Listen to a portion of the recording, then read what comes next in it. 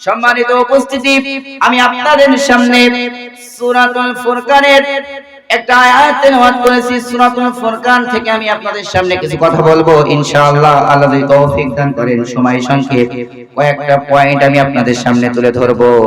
দেখেন, আল্লাহ তাআলা তার প্রিয় বান্দাদের কয়েকটা গুণাবলী তুলে ধরেছেন সূরাতুল ফুরকানের ভিতরে। শেষের কয়েকটি আয়াতে 12 থেকে 13টি গুণাবলী আর রব্বুল আলামিন তার প্রিয় বান্দা, তার খাস বান্দাদেরকে গুণাবলী তুলে ধরেছেন। ইনশাআল্লাহ আমরা সেদিকেই শুনবো। এক নম্বর, ইবাদুর রহমানের প্রথম নাম্বার যে গুণ সেটা হলো ওয়া ইবাদুর রহমানিল্লাযীনা ইয়ামশুনা আলাল আরদি হাওনা। একটু জোরে বলেন আল্লাহু আকবার। রব্বুল আলামিনের প্রিয় বান্দাদের, খাস বান্দাদের প্রথম নম্বর গুণ, এক নম্বর গুণ হলো তারা যখন জমিনে চলাফেরা করে তখন তারা নম্রভাবে, ভদ্রতার সহিত, সুন্দরভাবে জমিনে চলাফেরা করে। অহংকার গৌরব নিয়ে তারা চলাফেরা করে না। কারণ অহংকারটা হলো আল্লাহর জন্য, অহংকার হলো আল্লাহর চাদর, গৌরব হলো আল্লাহর রিজাল।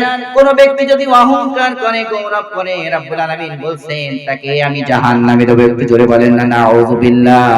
অন্য হাদিসের ভিতরে এসেছে কোন ব্যক্তি যদি দুনিয়ার বুকে গৌরব করে, অহংকার করে, দাম্ভিকতার সহিত দুনিয়ার বুকে চলে, আর রব্বুল আলামিন তাকে কিয়ামতের ময়দানে ছোট্ট পিপীলিকার মতন করে তুলবেন। একটু জোরে বলেন না নাউযুবিল্লাহ।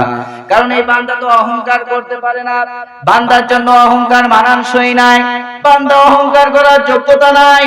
কারণ এই বান্দাকে আল্লাহ রাব্বুল আলামিন এক ফোঁটা নাপাক পানি থেকে সৃষ্টি করেছেন। আমার আপনার কোনো অস্তিত্ব ছিল না, আমার আপনার কোনো মূল্যই ছিল না, কোনো কিছুই ছিল না। সূরাতুল তাহরির ভিতর কয়েকটা আয়াতের ভিতরে রব্বুল আলামিন বলছেন কোনো অস্তিত্বই আমাদের কি ছিল না।